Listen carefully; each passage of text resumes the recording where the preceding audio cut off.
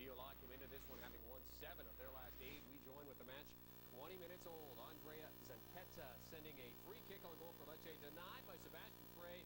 The rebound pushed back as well. Good chance there, but no dice. 5 minutes later, it's Zanchetta moving down the left side, has Jose Castillo in the middle and feeds him, and another reason why they're where they are, perhaps. 36, Castillo onside for the one-on-one with Frey, but Frey denies him. Nice save there, and that ends that.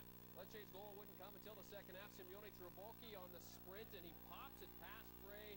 1-0 Lecce, and Trabocchi knows how it's done.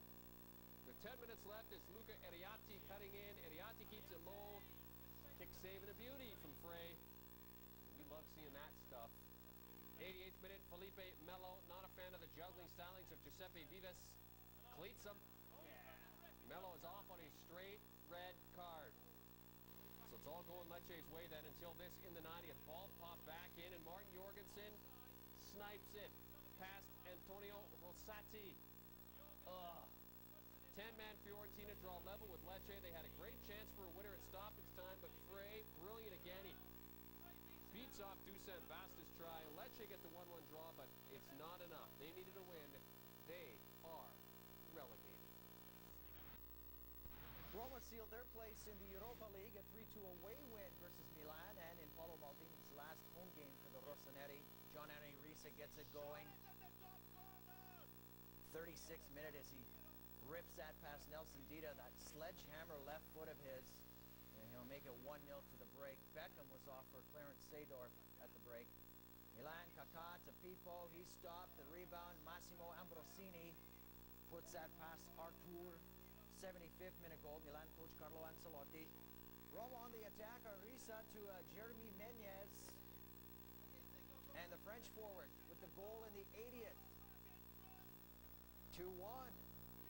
But Milan would reply, Seedorf to Kaká, far side, Ambrosini would score again. 81st minute, 2-2. But a free kick for Roma, and who else would you want taking it other than Francesco Totti?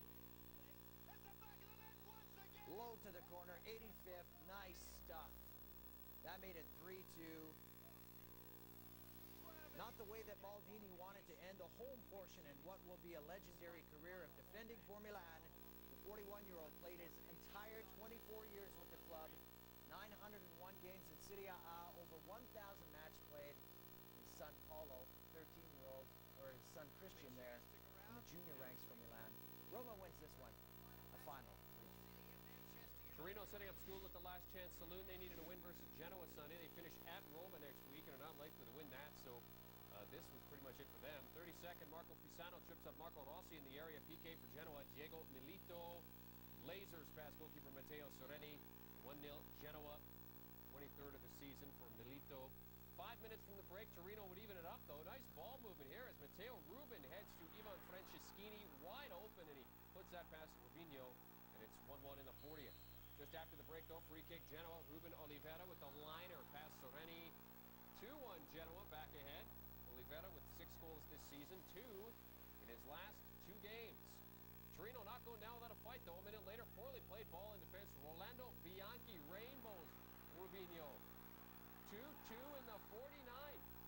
Seesaw battle continues. A look headed for a draw until the 89th. Left side cross from Ivan Juric.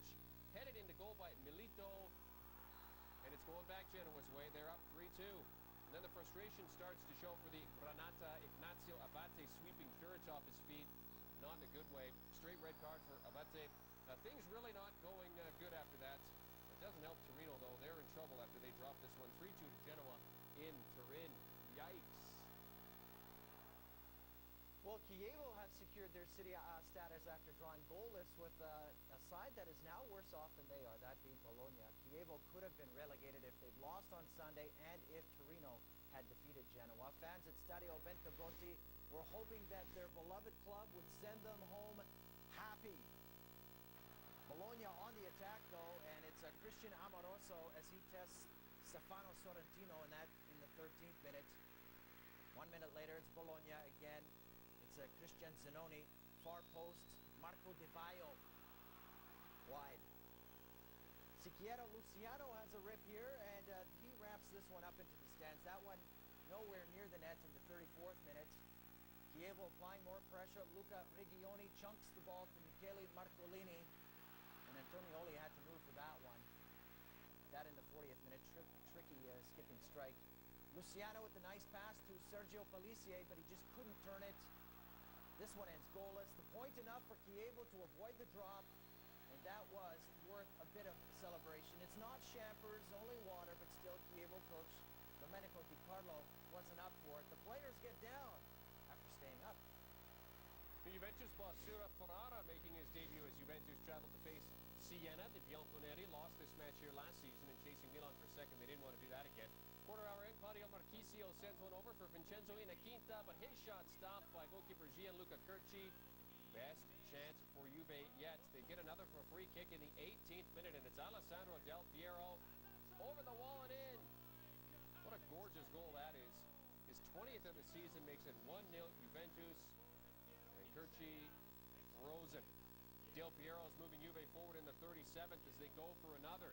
Threads that to Marchisio, and he dinks it past a charging Curci. 2-0, and for Marchisio, that's just his third in 22 games. So 2-0 to the back end of the match, 89th minute. Marchisio adds an assist to his totals. Del Piero takes it down, and look at how he gets Curci to commit. 3-0 Juve, and Del Piero with his 21st. And that one was nice, too. It's a winning debut for Ferrara. The old lady, she's looking pretty good.